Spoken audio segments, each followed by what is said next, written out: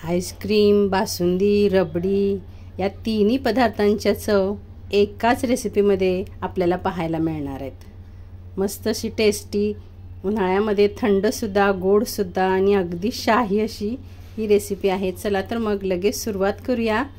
मयुरी किचनमध्ये तुमचं स्वागत आहे। इथे मी एक पॅन तापत ठेवला आहे, त्यात थोडंसं 2 चमचे पाणी टाकलं आहे आणि याच्यामध्ये दूध टाकून घेतलं आहे। 1 लिटरला थोडंसं दूध कमी आहे, यातलंच थोडं दूध काढून आपण याच्यामध्ये कस्टर्ड पावडरचा वगैरे वापर करणार आहोत। तर 1 लिटरला थोडंसं कमी आहे दूध आणि हे मीडियम गॅस करून आपण हे छान उकळून घ्यायचं आहे। दूध नॉर्मली आपण सकाळी तापवतो तसं तापवून घेतलेलं आहे आणि त्याच्यावर आलेली सायसुद्धा मी याच्यात टाकली आहे आणि 5 चमचे आपली चहासाठी आपण जो चमचा वापरतो चहामध्ये साखर टाकण्यासाठी, ते 5 चमचे साखर मी याच्यात आत्ताच टाकून घेतली आहे। म्हणजे साखर टाकल्यानंतर सुद्धा दूध पातळ होतं, तर ते एकदमच उकळेल आणि थोडंसं कमी होईल, दाटसर होईल।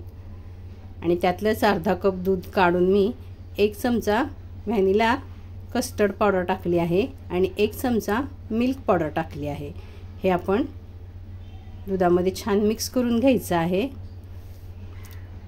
मिल्क पावडर टाकल्यामुळे मी साखर 5 चमचे टाकली आहे। तुम्हाला गोड कितपत हवं आहे त्या प्रमाणात तुम्ही साखर कमी जास्त करू शकता। आणि कस्टर्ड पावडर आणि मिल्क पावडरचं मिक्सर हे आपण दुधामध्ये टाकून घेतले आणि आता एकसारखं आपण त्याला मिक्स करायचं आहे।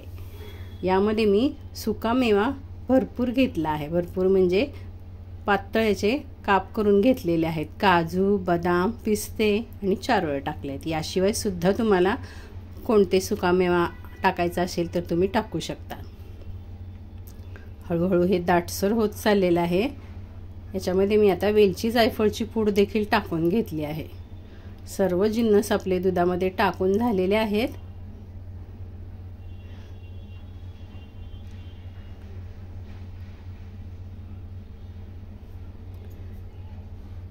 छान दाटसरपणा आलाय, सुवास सुद्धा खूप छान येतोय।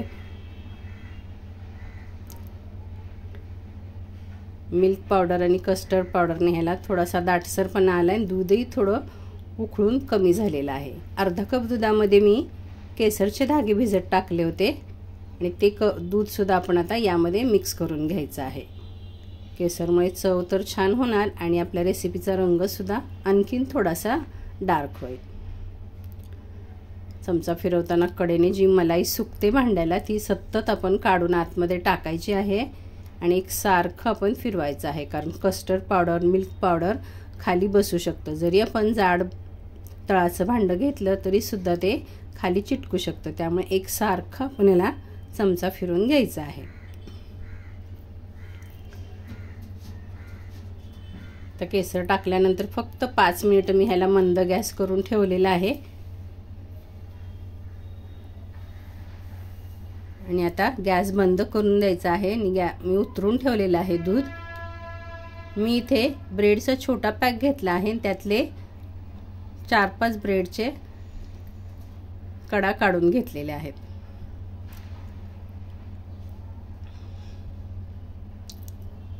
आणि याचे आपण छोटे छोटे त्रिकोण कापून घेणार आहोत। तुम्हाला आवडेल तसे शेप तुम्ही करून घेऊ शकता।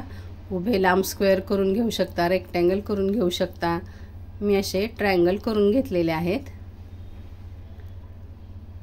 तुम्हाला कोणत्या डब्यामध्ये सेट करायचे आहेत त्या शेपमध्ये तुम्ही मोठे लहान ब्रेडचे असे तुकडे करून घ्यायचे आहेत। आणि पॅनमध्ये मी 2 चमचे साजूक तूप टाकलं आहे आणि त्यामध्ये आपण हे ब्रेड छान भाजून घ्यायचे आहेत। एकदम खुसखुशीत क्रिस्पी करून घ्यायचे आहेत। आपण डीप फ्राय करू तर खूप तेल, तूप असं शोषून घेतात ब्रेड, म्हणून मग आपण सुके थोडे गरम करून घ्यायचे आणि त्यावर असं थोडं थोडं तूप किंवा तेल टाकून छान खुसखुशीत करून घ्यायचे आहेत। तुम्ही बघू शकता ब्रेड छान खुसखुशीत झालेले आहेत। मी 4 दिवसापूर्वी पाकातल्या पुऱ्या बनवलेल्या, त्याचा माझ्याकडे पाक शिल्लक होता।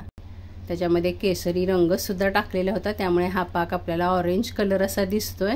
त्याच्यामध्ये वेलची वगैरे टाकलेली सुद्धा आहे आणि हा पाक मी आता अगदी 2 ते 3 मिनिटं गरम करून घेते आहे।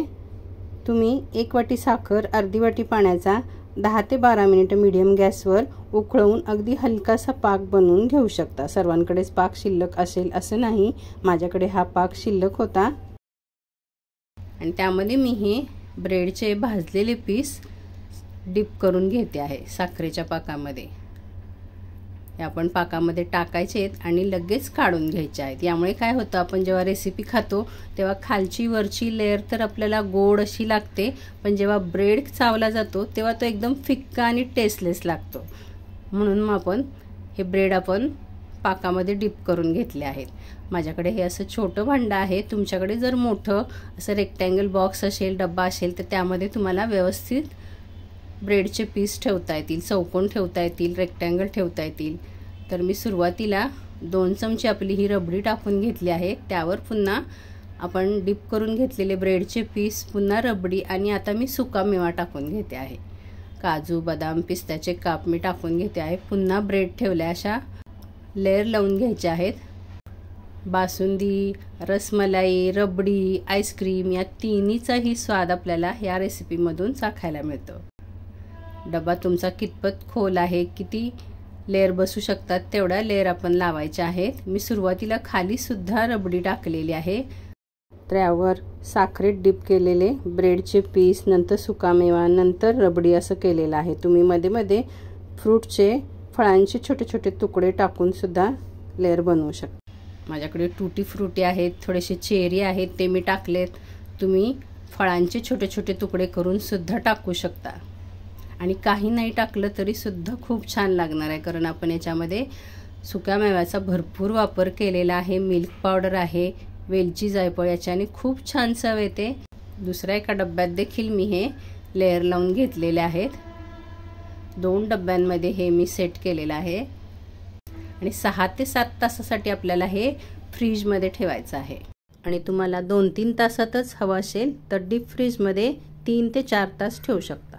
मध्ये एकदा चेक करायचं, कारण प्रत्येकाचं फ्रीजचं टेम्परेचर वेगळं असू शकतं।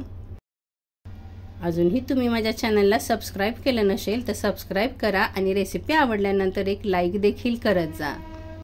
7 ते 8 तासानंतर मी हे बाहेर काढलेलं आहे आणि त्याला मध्ये जेव्हा चेक केलं तेव्हा मी त्याला थोडेसे सुरीने चीर देऊन ठेवलेले होते, त्याच्यातच मी हे पीस काढून घेतलेलं आहे डब्यातून। दोन्ही डब्यामध्ये अगदी छान सेट झालेलं आहे।